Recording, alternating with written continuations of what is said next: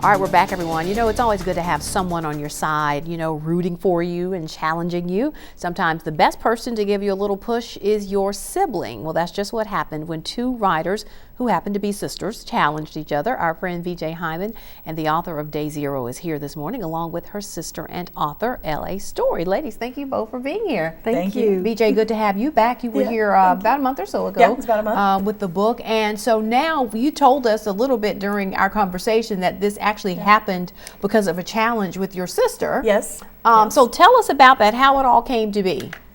Well, we had both been writing for a long time. She's older than I am. So she's been writing longer than I have. She says, yes, I'm the older, wiser sister. She actually, she's the oldest sister. I'm the youngest out of 4 girls. Oh, so wow. the oldest and youngest. We have 2 sisters in between us. But I challenged her. Neither one of us were getting much headway in our creative endeavors of trying to get a book done. So I challenged her and said, okay, November is National Write a Novel in a Month Write a Novel in a Month book. There you go. Yeah, NaNoWriMo for short. Yeah, NaNoWriMo, which sounds silly, but it works. It does. So continue on. And so she knew it's something that she wanted to do. I had tried NaNoWriMo a while back. I have been writing a long time and had short stories, poetry. I've always wanted to do a novel.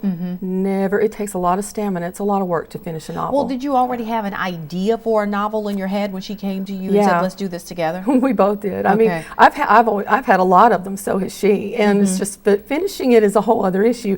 And so she knew on her own. That's what she told me. She said she knew on her own that she would have a difficult time, and I knew I couldn't. But writing it in 1 month, we both work day jobs, and so. So this came down to really some sibling competition, didn't it? And we also put it on social media, so everybody we were accountable. We had to finish it. We were doing the word count because according to NaNoWriMo, their official word count is 50,000 words. Once you hit that, you know, you've got your first draft. And so we were posting, and she'd send me text messages, I've gotten this far, how far have you gotten? And it ended up being kind of encouragement more than competition, because I would see that, oh my goodness, she's gotten 3,000 words ahead of me. You know, it's like, I've got to get to work. I don't know, and that she's sounds like, like competition to me, Ellen. So she's like, you can do it. Yeah, notice hers is thicker than mine. So And here's your finished product. It's The Gifted. Tell us about this novel. Well, it is a supernatural fantasy, kind of falls into that genre. It also is a romance. So we've got a second grade A good story has to have some romance, huh? Oh yeah. Well, if anything I write is probably going to have some kind of romance in it. But the Rachel Hannah is a second grade teacher living in a small town, lives an ordinary life, and this mysterious man named Sage Waldron blows into town, and she just falls head over heels in love with him, whirlwind romance.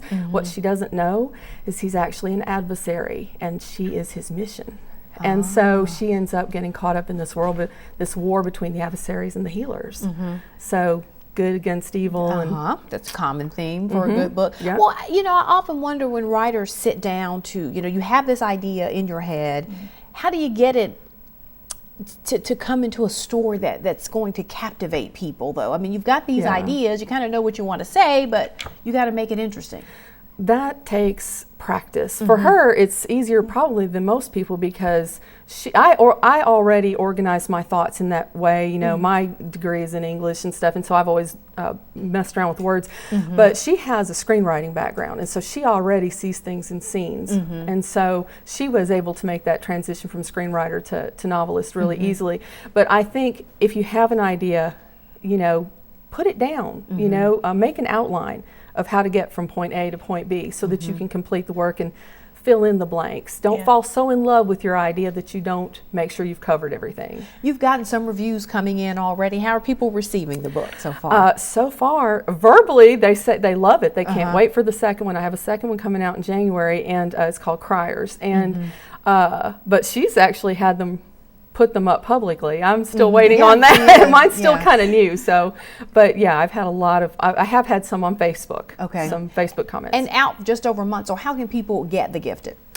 They can go to Amazon.com and look up The Gifted by L.A. Story, and it's available in, obviously, paperback and digital. And we're thinking about audio eventually. And and then you can also take the ISBN, if you like going into a bookstore, take the ISBN to a bookstore, and then they can order it for you and have it shipped to that bookstore, because all bookstores can do that. Now, I know, BJ, when you were here before, and because you've got that screenwriting background, you had talked about, you could see in the long run a movie. You could see this very easily as a movie. Very Are you much so. thinking the same way, LA, with yours? I think I do. I think she and I, in a lot of ways, think a lot alike. That's why we enjoy playing ideas off of each other. I don't know that I would have the knack for screenwriting she does, but I see things similar in scenes the way that she does. So, and remember, you can also, of course, get Day Zero in those same venues, Amazon.com. Also, you you said take the number, take it into the bookstore. Now, that people can come meet y'all, but we want to let them know that later this month there's a book signing, right? Yeah, we've got a book signing. It's July 26th. It's a Sunday at Corinth. It's the Corinth Artists Guild Gallery. It's a long name. Corinth Artists Guild Gallery from 2 to 4. It's on a Sunday. But then also as a promotion that we're doing along with our interview here, if you have like a Kindle or a smartphone or anything, you can buy the book digitally. Both of our books are going to be for sale for 99 cents for 5 days, for 5 only. days, Wednesday to Sunday. Okay. So, and one thing we ask, please review. Please review. And please Just review. put up a review. That's a very, and I am a person who relies on reviews when I am trying to, when I'm purchasing things or when I'm getting ideas about things. So reviews are important, and you want to know what people think. Exactly. Truthfully, what they think. All right, again, that book signing is going to be on the 26th of July at the Corinth Artists Guild Gallery, 2 to 4 p.m. Come meet these sisters who both have books. It's fantastic. Ladies, congratulations to you. Thank you. Thanks for coming. Thanks for having us. Appreciate it. Good luck with everything.